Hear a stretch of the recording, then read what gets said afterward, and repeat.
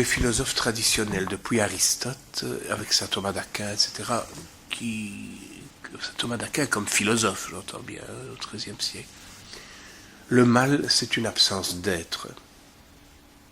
L'être et le bien sont convertibles. Tout ce qui existe, c'est un peu métaphysique, et a comme attribut fondamental le bien.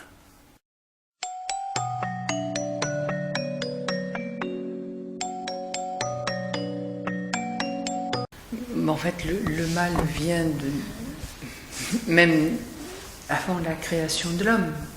Je veux dire, il y a eu ce qu'on appelle le combat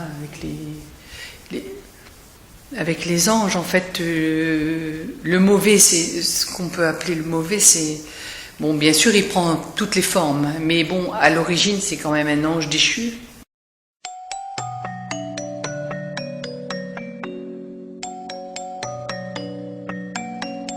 Non, je ne crois pas qu'il existe le bien ou le mal dans nos gènes.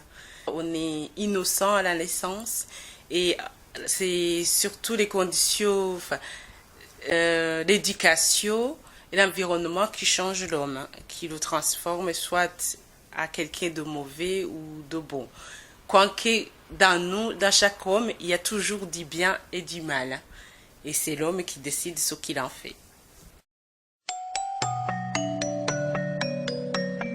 Et je ne suis pas le seul à le penser, c'est tout un courant philosophique, fondamentalement optimiste, estimant que l'homme a été créé bon, fondamentalement.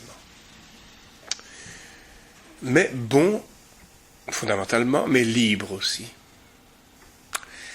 Et libre de bien user de sa liberté en vue du bien, ou bien d'en mésuser, de l'utiliser de façon malicieuse. Je crois que le bien et le mal chez l'homme est une conséquence de la liberté. Dieu a créé l'homme à son image et à sa ressemblance, mais en lui laissant la liberté.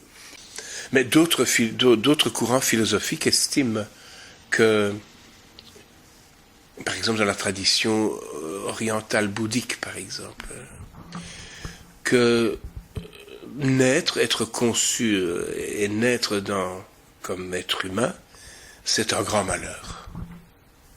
Et il y a là une conception très pessimiste de la nature humaine, que quelqu'un comme Schopenhauer, qui introduira la pensée bouddhique en Occident au XIXe siècle, quelqu'un comme Schopenhauer dira, dis-je, eh bien que le fond même de la réalité, ce vouloir qui existe non seulement chez les êtres humains, mais dans les plantes, les animaux, dans tout l'univers, est une réalité foncièrement mauvaise.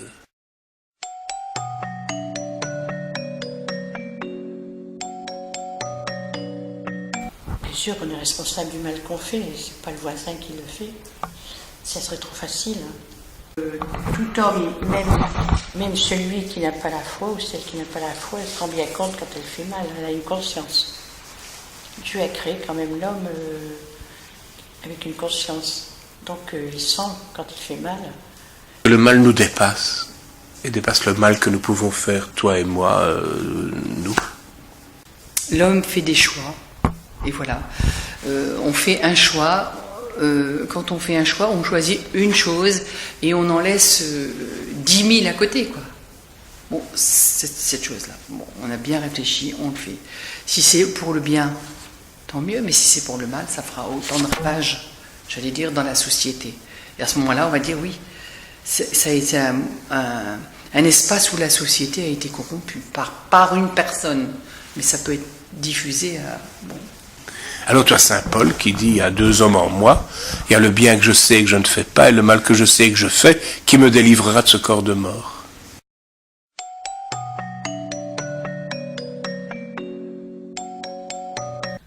Oui, l'euthanasie a une connotation de mal. Mais moi, je m'aventurerai dans le domaine de la loi. En France, l'euthanasie n'est pas légiférée. Donc, ça reste un domaine interdit. Mais les pays qui l'ont légiféré, il y a toujours des points positifs et des points négatifs. Mais toujours l'euthanasie peut être bien si il n'y a pas de dérivage. Moi, personnellement, mon point de vue, c'est que si une personne a pris sa décision au départ, qu'il a décidé qu'il ne veut pas souffrir, moi je pense que ça pourrait être bien, mais il y a tellement de dérives que le mal peut remporter sur le bien en matière de l'euthanasie. C'est mon point de vue. Enfin, en même temps, je suis en France et l'euthanasie est interdite. Mais c'est en même temps mon point de vue parce qu'il peut y avoir plein de dérives dues à l'accession à l'héritage de la personne malade ou tout ça. Mais ça peut être bien si tout est fait dans le bon ordre, si tout le monde est d'accord et la personne qui l'a demandé et sa famille.